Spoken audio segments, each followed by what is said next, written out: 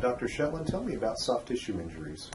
Soft tissue injuries are way overlooked, especially in the personal injury field. I'm sure you know, dealing with the insurance, how they try to downplay a soft tissue injury. But to me, that's a very serious injury. Well, soft tissue is the stuff other than the bones, of course. So it's the ligaments, the muscles, the tendons.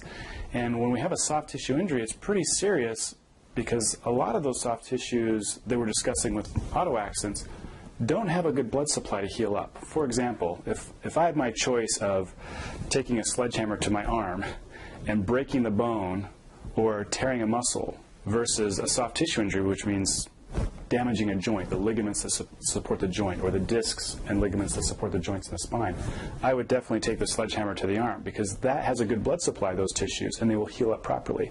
Where soft tissue injuries that we're talking about in car accidents, for example, they just don't heal up right. They take a long time, and they're really hard to heal properly. And that's why they've got to have the right rehab from the beginning, or it's a big problem. Well, there's sports soft tissue injuries, but in my practice, I see a lot of auto accident cases, and whiplash is one of the big ones. Another one is a shoulder injury, soft tissue inside the shoulder that's injured from the seat belt or trying to brace with the steering wheel, and how it jolts and tears tissue in the shoulder. And it's just not right after that. And a lot of times the shoulder, which seems like, oh, it didn't take that much of a jolt, requires surgery.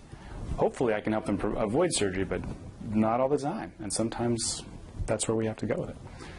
And what effect does a soft tissue injury have on a person's life?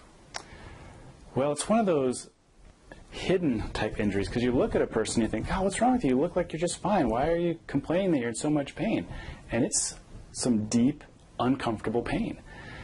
And it can affect their quality of life severely, let alone limit what they're able to do, lifting, bending, picking up their kids, cleaning the house, or even working.